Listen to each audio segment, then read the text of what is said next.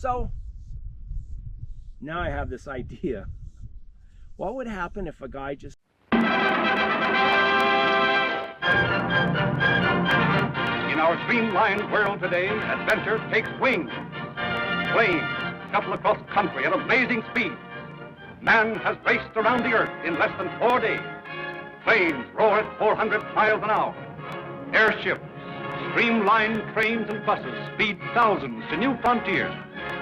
Yet well within the span of our memory, the streamliner of its day, the American stagecoach, crossed the uncharted rugged West, bringing new people to a new country. What fascinating stories there were in the life of the stagecoach, and in the lives of its courageous passengers who found romance in danger and understanding in strange companionship.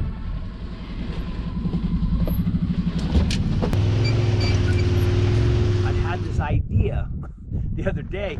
I read a lot. I mean, I got a lot of books and I read a lot, and I like to read stories about people going on adventures and stuff. And there's a book that I got. It's called 90 Days on Horseback. And these guys were riding from Mexico, trying to get to Canada. They didn't make it. Then there was this other book I wrote that I read. It's called, forget what it's called, but they were riding the outlaw trail. So I got thinking, you know, riding the trail.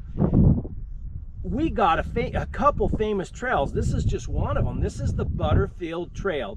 It's where the Butterfield stagecoach came out and went from back east, I'm not sure, but I'll put it right here, all the way to California. And they had these stage stops all the way through here. And I think in New Mexico, they had like, I don't know, 6 or 7 stage stops. And there's a man who wrote the book, Mr. Heckler, I think I'm pronouncing that right. I'll put a link to it in the description down below.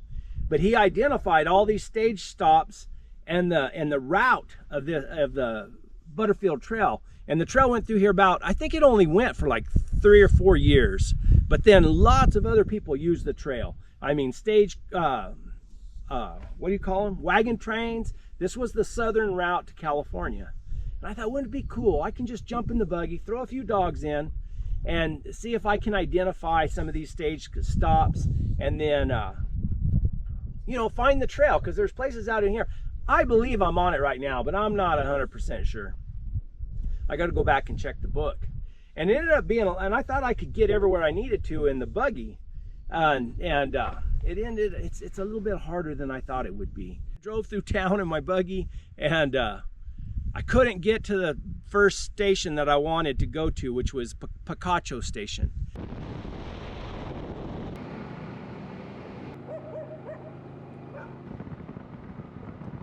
And then I had to go through the ritzy part of town, Picacho Hills.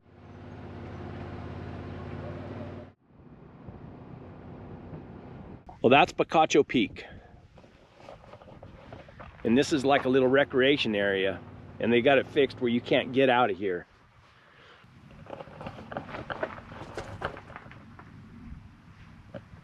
I guess they got to have rules so they can control all the yahoos. I finally found a way to get to the trail that was on the north side of Picacho Peak.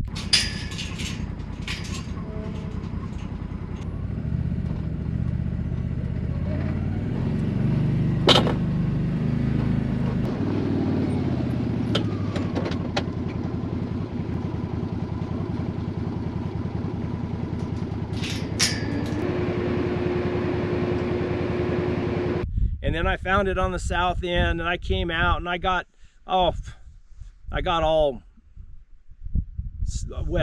bluffed in, really, is what I call it.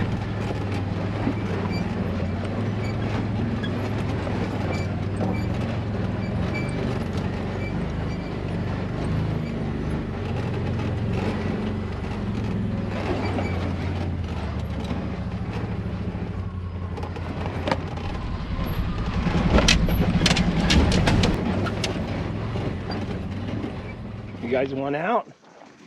I think there's a big old pond right over there. You can probably get you some drink of water again.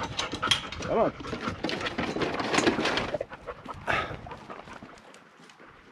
this trail, I mean, it shows it as a four-wheel drive trail. You come all the way up here, and it's been washed out so bad, you can see the fence post right there, that there was probably a gate. Looks like one of those little yellow BLM signs right there. I'm just trying to top out on top. I don't know. It's pretty hot too. But yeah, this is the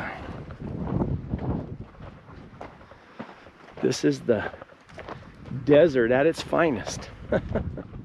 So, can you imagine? I mean, I'm in a fancy buggy with four-wheel drive and good tires and big old motor. Got Onyx maps. Can you imagine these guys coming through here back when they were trying to bring the stage through here, whatever, and the flood came and it washed the road out and they had to get out and fix it? Now, if I was on my mules, it'd be a different story. And maybe, just maybe, now I have this idea. What would happen if a guy just got on his mule and took a pack mule and rode this thing? I mean, there's enough waters. The ranchers have enough water. If you go from the border of Texas and New Mexico all the way to the border of Arizona, that's 350 miles.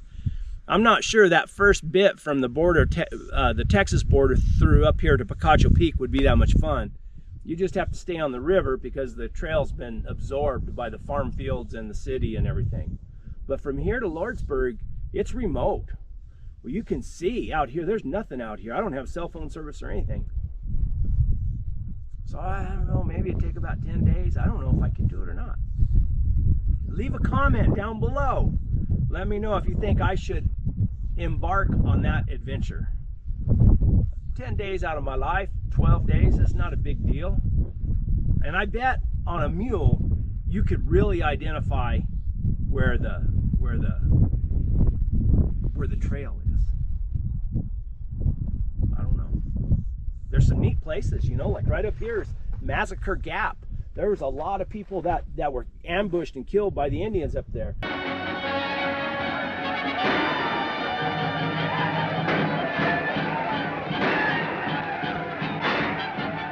And then further on along, further down, and there's a place over there on the other side of Lordsburg called Doubtful Canyon.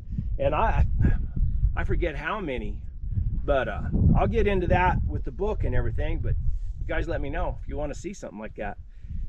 It's a lot of country, a lot of area. But I mean, I can ride right out of my house.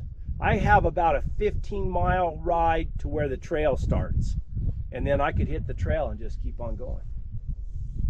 Might be crazy. I don't know. Thanks. I'm heading back to the house.